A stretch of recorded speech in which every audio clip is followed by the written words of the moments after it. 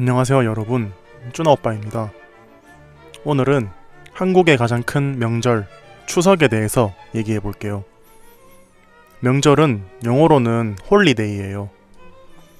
추석의 뜻에 대해 얘기해 보면 한자로 가을 추에 저녁 석으로 가을의 저녁이란 뜻이에요. 그렇지만 단순하게 가을의 저녁이란 뜻은 아니고 달이 가장 밝게 빛나는 가을의 저녁이란 뜻이에요. 왜냐하면 추석은 8월 15일인데 8월 15일은 보름달이 뜨는 밤이에요. 그리고 추석 말고도 다른 이름으로도 많이 불려요. 한가위, 중추절, 그리고 가베일, 이 세 가지가 추석의 다른 이름들이에요. 저는 이 세 가지 중에서는 한가위가 제일 좋아요. 왜냐면 중추절과 가베일은 한자어인데 한가위는 순수 한국어예요.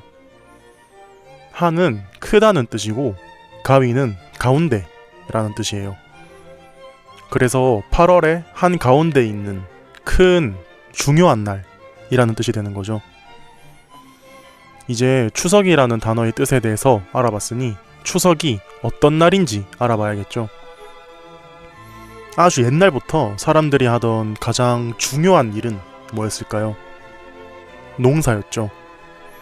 농사는 보통 봄이랑 여름에 곡식을 심고 가을이 되면 심었던 곡식을 추수해야 하잖아요.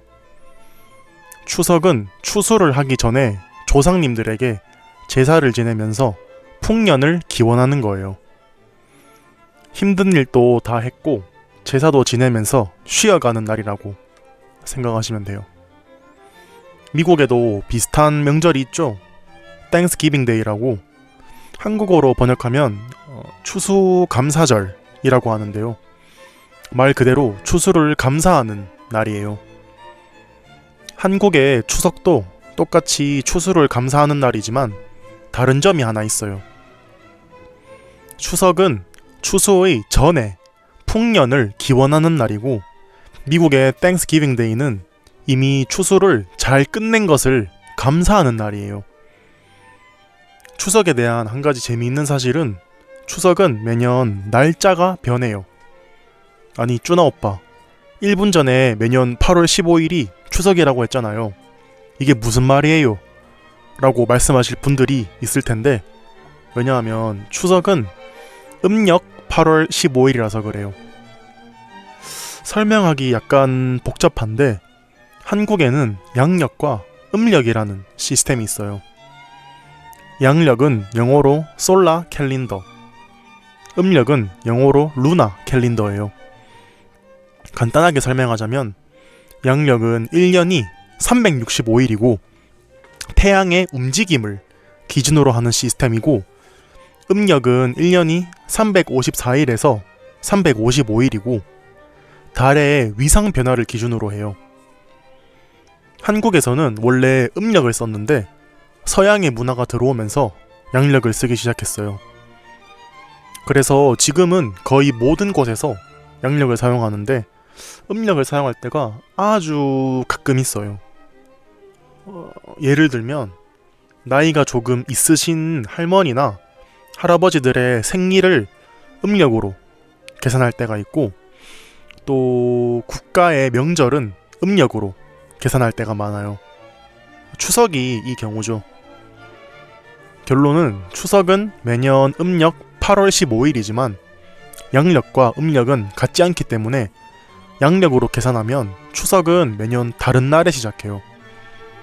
그래서 양력을 기준으로 하면 추석이 가장 빨리 온 날은 9월 7일이고 가장 늦게 온 날은 10월 8일이에요.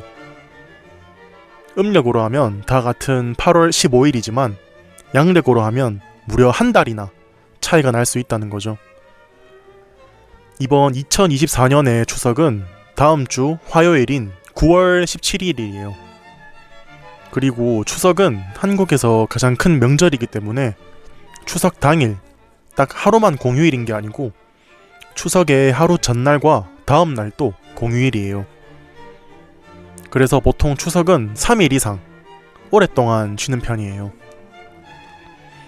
이때까지 추석에 대해서 간단하게 설명드렸는데요. 이런 큰 명절에는 가족과 친척이 함께 모여서 명절을 즐겼겠죠. 추석에는 다채로운 전통놀이와 풍습이 있어요.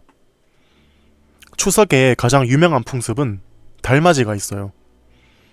제가 추석의 뜻은 뭐라고 했죠? 달이 가장 밝게 빛나는 가을의 저녁이라고 했잖아요.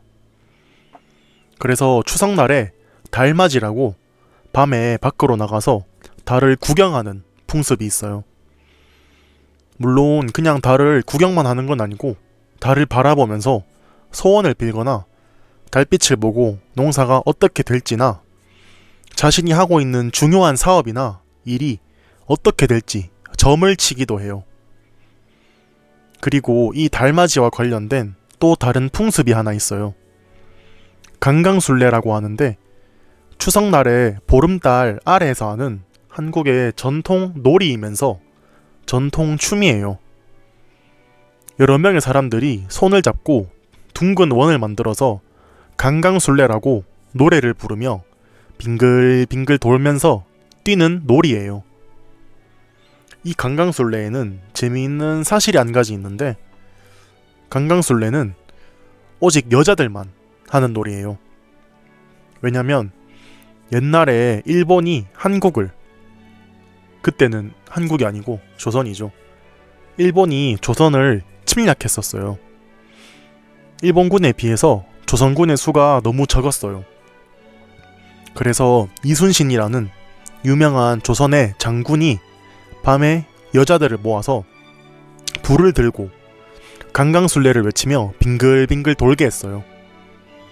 이걸 본 일본군이 조선군의 수가 아직도 많다고 생각하게 해서 공격을 막았다는 이야기예요. 그리고 추석 빔이라는 한복과 관련된 풍습도 있어요. 빔은 영어의 그 레이저가 아니고요. 새로 맞춰 입은 옷이라는 뜻이에요.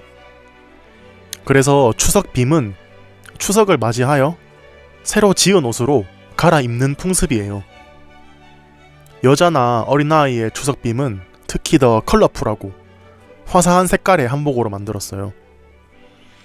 옛날에는 옷의 종류도 많지 않았을 거고 항상 입던 옷들만 입었을 테니까 추석을 맞이해서 새로운 예쁜 옷을 입는 게 무척 행복한 일이었겠죠. 마지막으로 송편 만들기도 있어요. 송편은 추석을 대표하는 가장 유명한 음식이에요. 송편은 한국의 전통떡인데 안에 팥이나 꿀을 넣어 달콤한 떡이에요. 팥이나 꿀 말고도 깨, 설탕, 밤, 삶은 콩, 콩고물 등등 다양한 속재료를 사용할 수 있지만 팥과 꿀이 가장 많이 사용되는 속재료예요. 추석날에 먹는 송편을 가족과 친척이 모여서 함께 만드는 풍습도 있었어요. 만들면서 이런저런 얘기도 하는 거죠. 특히 아이들과 만들면 아이들 교육에도 좋아서 괜찮다고 생각해요. 송편은 사실 추석에만 먹는 음식은 아니고 설날이나 정월 대보름 같은 다른 큰 명절에도 먹는 음식이에요. 이 송편에 관련된 재미있는 이야기도 하나 있는데요. 바로 송편을 예쁘게 빚으면 예쁜 자식이 태어난다는 이야기예요. 사실 이런 풍습들은 요즘에는 잘 하지 않는 편이에요. 특히 강강술래는 거의 하지 않고 문화유산으로만 남아있는 편이에요. 이때까진 추석의 좋은 점에 대해서만 이야기했는데 사실 추석에 안 좋은 면들도 있어요. 이렇게 큰 국가적인 명절은 전국의 많은 가족들이 만나겠죠. 그럼 전국의 많은 사람들이 가족을 만나기 위해서 이동을 하잖아요. 차를 타고 가거나 기차를 타고 가거나 할 텐데 문제는 이동하는 사람이 너무 많아요. 추석 때 고속도로의 통행량이 3,200만에서 3,600만 정도 된대요. 물론 하루 동안은 아니고 추석 날과 추석 전날, 추석의 다음 날까지 합친 양이에요. 그래도 한국의 인구가 5천만인데 3,200만에서 3,600만이면 정말 엄청난 숫자라는 걸 아시겠죠? 1993년에는 추석 기간이 엑스포 기간과 겹쳐서 최악의 교통난이 있었는데요. 서울에서 대전까지 가는데 16시간이 걸렸대요. 서울에서 대전까지는 170km 정도로 차를 타고 가면 2시간 정도 걸리는데 8배나 더 걸린 거죠. 16시간이면 서울에서 비행기를 타고 뉴욕까지도 갈 수 있는 시간이에요. 이때는 차가 너무 밀려서 아예 움직이질 않아서 고속도로에서 사람들이 차에서 내려서 스트레칭도 하고 휴식도 했을 정도였대요. 차를 타고 고향에 가는 사람이 이렇게 많다면 기차도 똑같겠죠?